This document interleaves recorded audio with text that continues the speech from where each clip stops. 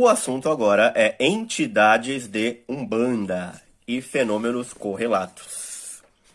É claro que inspirado aí no post, na caixinha do padre Leonardo Wagner, onde alguém perguntou para ele se as entidades de Umbanda são a mesma coisa que os demônios, e ele diz sim, e acabou.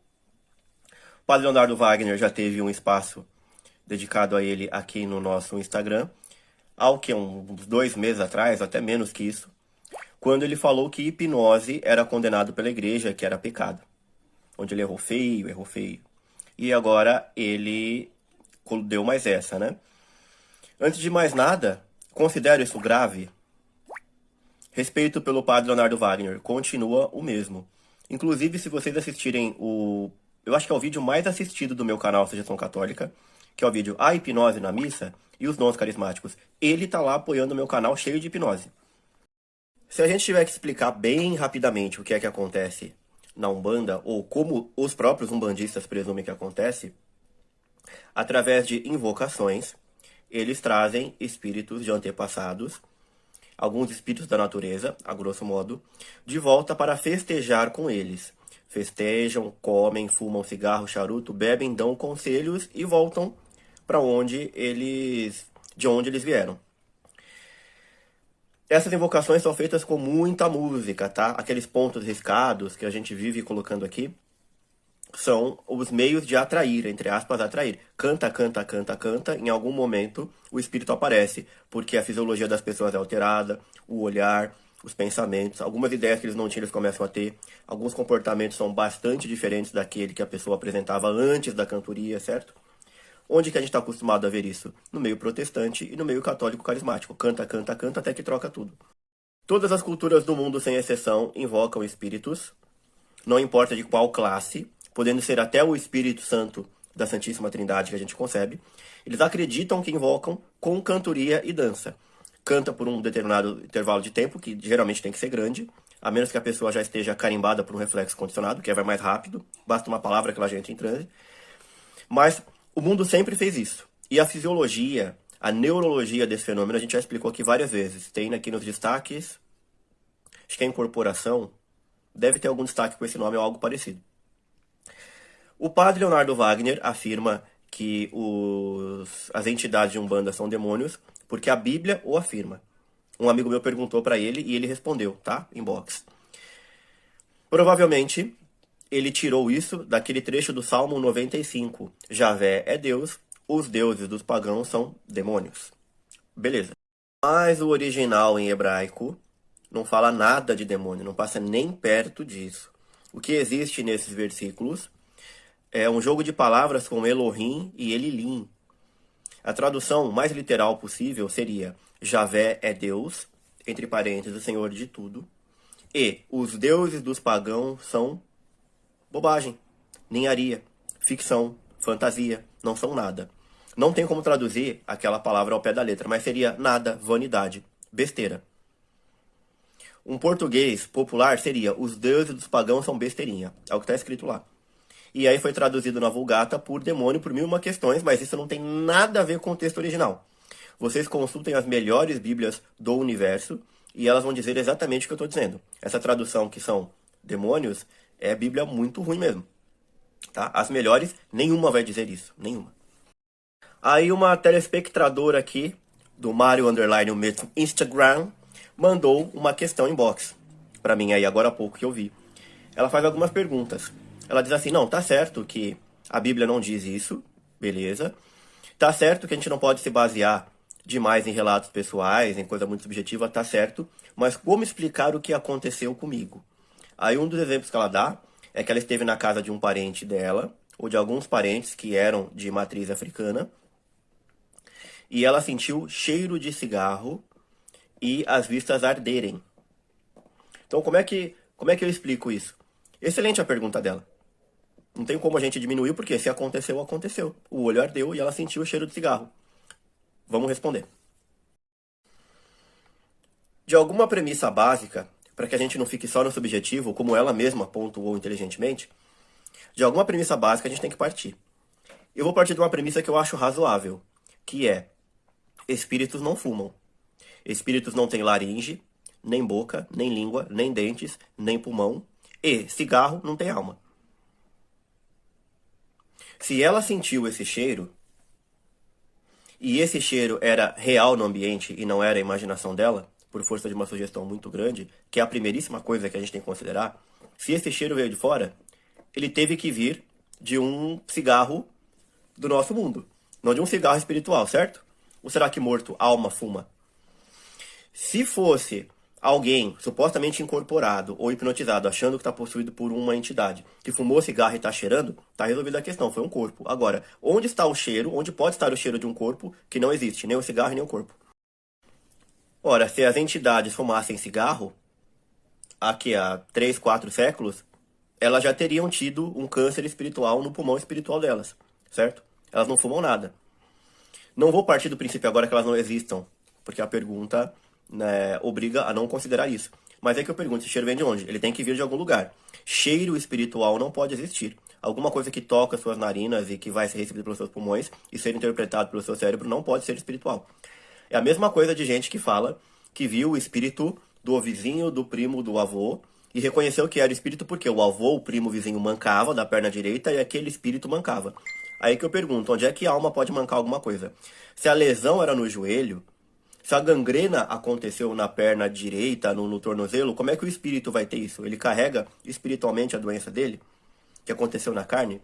Isso não pode ser real, isso tem que ser alucinação. Algum católico que queira acreditar que isso é trabalho do diabo, então o diabo criou uma alucinação nela, porque ele não trouxe cigarro. Ele não pode trazer. Cadê esse cigarro? Foi escondido em algum lugar? Encontraram? E cigarro para cheirar tem que ser aceso. Onde é que estava esse cigarro aceso? Tem que ser da imaginação. Aí a questão número 2 seria, é possível? Isso é tão fácil assim? Sim, absurdamente fácil.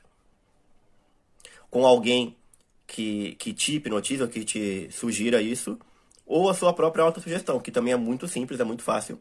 Principalmente no espírito de alguém que tem algum receio, alguma coisa do tipo, que acredita ou que tem medo de acreditar. Isso não é uma regra, mas viabiliza muito, facilita o processo e deixa a amígdala pré-ativada. Qualquer pessoa hipnotizada que eu enrole um papel sulfite sem nada, eu posso até passar um desodorante em cima, um avanço, um rastro, vou dar para a pessoa e falar, isso aqui é cigarro, cheira. Ela vai cheirar e vai falar que é cheiro de cigarro. Para esses demônios, propriamente ditos, ou para essas entidades, faça perguntas complexas, eles nunca sabem responder nada. Fale no idioma que um espírito que mora em Aruanda, sei lá, qual dialeto africano, não sabe. Nunca responde nada. O que impressiona as pessoas é o comportamento daquela pessoa ser muito distinto daquele que deveria ser. Ela sempre diz uma coisa, ela sempre fala de um jeito, ele está falando de outro, mas assim, é sempre muito estereotipado. Sempre, sempre, sempre, sempre. Se fossem os demônios se aproveitando, como parece que quer inferir o padre Leonardo Wagner, alguma coisa de muito impressionante deveria acontecer. E é só coisa pequena. O segundo exemplo que essa nossa telespectadora dá é que ela foi pegar em um objeto que ela não sabia ser oferenda. Eu acho que é isso que ela falou. E ela disse que não sabia ser oferenda. E quando ela chegou com a mão perto do objeto, ela sentiu puxar. Uma força puxar a mão. E se alguém ainda quiser insistir na hipótese de que sejam espíritos do além, ou demônios, ou qualquer outra coisa aí que seja espiritual, a gente tem que deduzir que uma vida fora da Terra, no mínimo, tenha que trazer pensamentos distintos dos daqui da Terra. E não fale só coisas da Terra, certo? Agora, quando vêm esses espíritos, inclusive os demônios, eles nunca dizem nada que seja de interesse ou que chame a atenção para alguma coisa. Eles só falam de coisas terrenas, picuinhas, que nem os espíritos da Umbanda. Eles vêm aqui comer pipoca, te dar um conselho amoroso, profissional, e depois ir embora, fumar um charuto, tocar. Pô, será que o outro lado é tão chato assim que tem que ficar voltando? E a própria Bíblia diz que quem morre não volta. Não volta. Então, é esquisito acreditar em tudo isso de novo. Tudo isso ao mesmo tempo. Eu insisto que o que faz as pessoas acreditarem é a dificuldade de explicar algumas coisas. E eu entendo perfeitamente. Outra coisa que impressiona as pessoas são alguns truques de mágica absolutamente simples, que qualquer mágico vivo, sem a ajuda de nenhum espírito, sem a ajuda de nenhum demônio, pode fazer. Correr na brasa, tomar 1 litro de cachaça e não ficar bêbado. Sendo que na maioria das vezes nem cachaça é aquilo, é preparado. Mas enfim, olha só. Ela fala dessa força puxar, então eu deveria imaginar que existia um espírito ocupando a órbita bem próxima da oferenda, quer dizer, 50 centímetros à frente, 1 metro a mais, a entidade não mexe, é só se alguém chegar perto. E se alguém chegar perto, ela puxa. Como é que ela puxa? Sentiu como se fosse uma mão puxando o seu braço? Mas o espírito não tem mão. Por que ela só puxou o seu braço e não puxou o seu corpo inteiro? Porque não foi uma força que te empurrou, que você sentisse esse empurrão desde a nuca aqui até como é que chama atrás do pé aqui, cacete? Esqueci. Não, tem que ser uma mão tal como você concebeu. Eu não te perguntei, mas provavelmente é isso que você vai me dizer. Os argumentos teológicos, algo filosóficos, parapsicológicos... Não, a gente nem falou de parapsicologia. Mas vai, hipnológicos que eu podia dar, eu sintetizei por aqui. Qual seria a prova real que a gente poderia tirar? De vários modos. A gente poderia pegar a telespectadora e fazer hipnose com ela de brincadeira e ver se ela não tem as mesmíssimas coisas. Primeiro ponto. Segundo, poderia eu ir em algum lugar desse tipo, que alguém que tem essa experiência, porque essa experiência não acontece só com ela, acontece com muita gente. Alguém que conhece alguém aí, que tem um terreiro, que sabe onde esse tipo de coisa acontece, que é frequente essas coisas, me chama. Eu quero ir lá ver se existe uma mão que puxe meu braço também. Se existe uma força que me empurra ou qualquer coisa do tipo. Pode me chamar que eu vou. Eu vou feliz, eu vou tranquilo. Esse é um outro jeito de testar o que eu tô falando, certo? Então, se isso acontecesse, valeria ampliar a pesquisa, mas a princípio nunca aconteceu. Eu vivo me expondo e jamais aconteceu qualquer coisa. Por fim, todos os lugares do mundo, todos os continentes, países, civilizações, tribos evocavam espíritos e em cada lugar chegava um espírito diferente, tal como aquela cultura o concebia. Não acontece, não está registrado que um espírito que tenha chego aqui no Brasil, ou em Pindorama, ou na época que o Brasil não tinha nome nenhum, tenha aparecido na Espanha, tenha aparecido no Congo ao mesmo tempo em qualquer outro lugar. Sempre tem um nome diferente, sempre tem um comportamento diferente, uma ideia diferente, é sempre a mesma coisa. E por fim, os espíritos nunca trouxeram nada de valor pra gente. Todo o conhecimento científico em medicina, em mecânica, em qualquer coisa, fazer avião, carro, na imprensa, nas tintas, em qualquer coisa. Nada nunca foi revelado por espírito nenhum. Jamais. Inclusive, pessoas que morreram com um segredo, que só ela sabia fazer um negócio, ela morreu e ninguém soube fazer. Ela nunca voltou pra contar. Continuou com um segredo espiritual. Ou seja, esse tipo de coisa é bobagem sempre, balela. E antes que alguém invoque os exorcistas aqui, a gente já vai lembrar. De tantas histórias impressionantes que eles contam, quantos provaram as histórias que trouxeram? Mário, você quer dizer que algum exorcista está mentindo? Não necessariamente. Carrego essa hipótese comigo, que às vezes eles podem mentir, podem, mas eu não estou falando de nenhum que seja mentiroso. Eu não tenho nenhuma história que eu aponte e diga, olha, isso aqui com certeza é mentira. Agora, que ele mal interpretou, sim. Até porque quando a história é complexa demais, além de eles não trazerem prova nenhuma, eles não explicam nada direito. Eles só falam, ó, vi, isso aconteceu, a pessoa falou que esteve na astrologia, no tarô, no candomblé, no espiritismo, na adivinhação, fez uma orgia aqui, usou droga ali, e é isso. Por causa disso aconteceu aquilo. Você fica assim, aconteceu, mas por que eu nunca vi? Só exorcista vê, mas ele vem e não prova, ele não tem que provar pra ninguém? Não, ele não tem. Então, já começa por aí. É totalmente tretado esse tipo de coisa. Ah, Mari, mas o exorcista, ele aprende no curso lá em Roma a distinguir bem o que é parapsicológico do que é demonológico de fato. Não, não aprende nada. Não existe técnica que ensine isso. Não existe. A igreja não ensina nenhuma. Não tem nada. É totalmente nada. Se você for conversar com eles em particular, eles vão dizer que existe sim uma técnica. Detalhe, isso é deles, da cabeça deles, da cultura deles e cada um tem a sua. A igreja não ensina absolutamente nada. O que a igreja fala é duvide sempre. Nunca acredite facilmente de que uma possessão seja real. Então, e cada um tem o seu próprio método, e se você for pegar um possesso e colocar um exorcista para analisar, um vai falar que é possessão, o outro vai falar que não. E você vai ficar com qual? Esse argumento que você joga pra cima de mim, de que, não, mas o cara é exorcista, você não é, ele é. Ué, os dois são, cada um diz uma coisa. O que você vai fazer agora? Como é que você vai eleger? Vai acreditar nos dois ao mesmo tempo ou vai estudar a coisa de verdade? Então, respondendo de uma vez por todas, não, eles não aprendem a fazer essa distinção, eles não provam nada do que eles acham e não provam nada do que eles fazem. O que eles mais fazem é repetir aquilo que o exorcizado, que o suposto possesso, ou, mais provavelmente, doente, fala em surto. O que eles falam, os exorcistas fazem uma média, uma cotação daquilo, escolhem, separam e vira a doutrina pessoal deles, tá? Inclusive, flagrantemente destoa com a da igreja. Em muitos e muitos e muitos casos, leva à heresia clarissimamente. Eles acreditam mais na boca do demente que tá gritando lá do que no que a igreja ensinou. E por isso que sempre dá merda. Chegou o exorcista, dá merda. Chegou um lugar onde a galera ficou lendo o livro, deu merda. Chamou ele pra fazer palestra, uma parte vai ser baseada na doutrina, outra parte vai ser merda, pavor, gritaria. E é por isso que você vê as manifestações, a mulherada, sempre mulher, gritando no culto lá.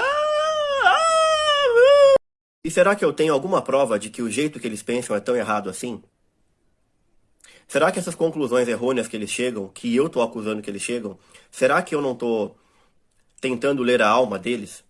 Não. Eles dizem claramente. O documento oficial emitido pela Associação Internacional dos Exorcistas diz esse monte de merda que eu tô dizendo aqui. Ensina ou manda o exorcista fazer coisa que até Deus duvida. Você fica de cabelo em pé quando você lê aquilo. Você não acredita, é coisa de macumba. É coisa de macumba, é coisa de retardado. Quando você compara aquilo com o que a igreja manda, não tem nada a ver, mas nem parece. Eu não sei como aquela droga, repito e explico melhor, aquela bosta daquele livro chamado Diretrizes da Associação, aquele lixo, aquela merda, aquele tolete, aquele pedaço de câncer de rabo, foi publicado em nome da Igreja Católica, não sei como. Um artigo excelente aí do Márcio foi escrito com notas minhas e o link tá aqui. Eu não tenho medo nenhum de ser desrespeitoso, porque eu tô sendo até desproporcionalmente suave falando isso.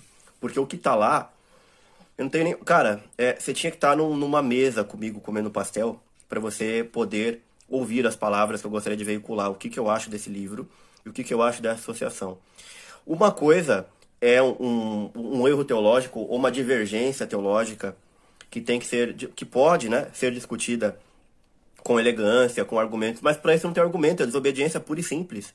Qualquer psiquiatra, do pior possível, lê aquilo lá e fala, puta que pariu, isso aqui vai deixar qualquer um louco se for seguido à risca. É muita canalice.